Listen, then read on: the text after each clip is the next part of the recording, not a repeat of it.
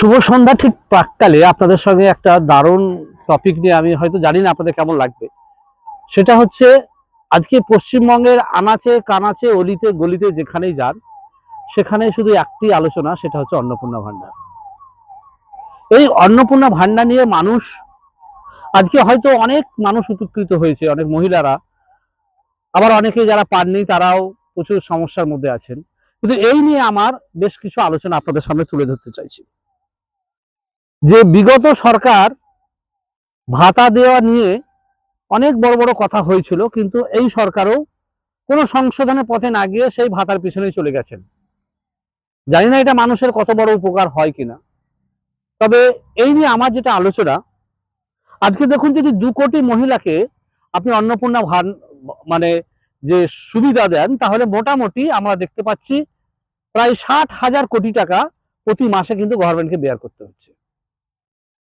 আজকে দেখুন, পশ্চিমবঙ্গে তথা ভারতবর্ষে প্রায় সব বাড়ির ছেলে মেয়েরা কিন্তু এখন শিক্ষার দিকে খুব এগোচ্ছে। কিন্তু কোন শিক্ষার দিকে এগোচ্ছে? সেই শিক্ষা হচ্ছে প্রাইভেট ইনস্টিটিউশন, বেসরকারি স্কুলের দিকে। সরকারি স্কুলের দিকে এখন অনেকেই পিছিয়ে গেছে, বিশেষ করে বড় বড় শহরে সরকারি স্কুলে তো তালাও পড়ে যাচ্ছে।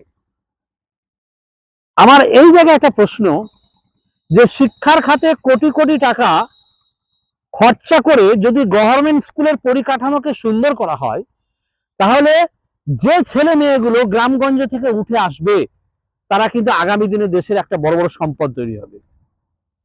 আজকে দেখুন, গ্রাম বাংলা তথা সাধারণ নিম্নবিত্ত পরিবারের যারা, যে পরিবারের শিক্ষা দীক্ষা সেভাবে নাই, তারা কিন্তু সবাই ছেলে মেয়েদেরকে পড়াচ্ছে যাতে তারা আগামী দিনে সমাজে একটা সুশিক্ষিত হোক। তাহলে সেই সমাজকে সুশিক্ষিত করতে গেলে প্রথম যেটা দরকার সেটা হচ্ছে সরকারি স্কুলগুলো পরিকাঠামো অনেকটাই গভর্নমেন্টকে উন্নত করতে হবে।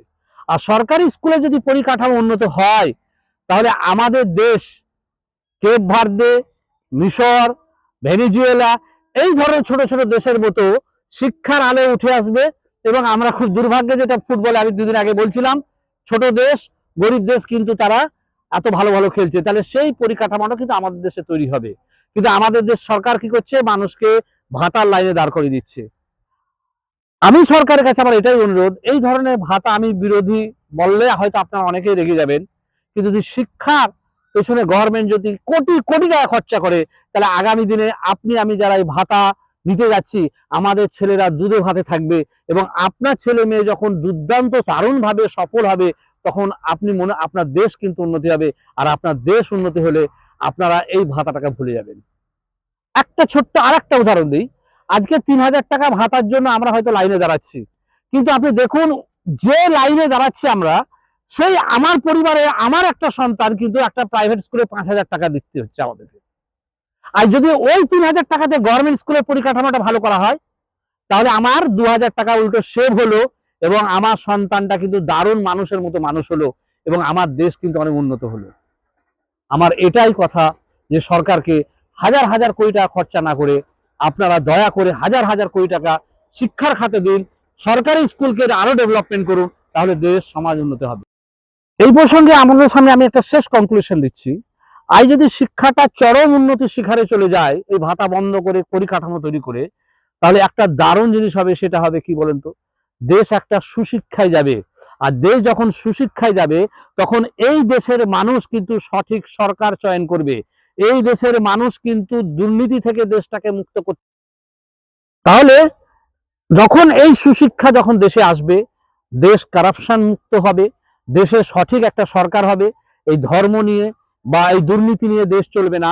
দেশ কিন্তু একটা দারুণ জায়গায় একটা পৌঁছে যাবে, যে স্বপ্ন কিন্তু মহাত্মা গান্ধী তার বুনিয়াদী শিক্ষার মাধ্যম দিয়ে পেয়েছিলেন। আর ভাতা কি হয়? আস্তে আস্তে আপনাকে পঙ্গুর দিকে ঠেলে দেবে, তাতে দেশের কোনো লাভ হবে না।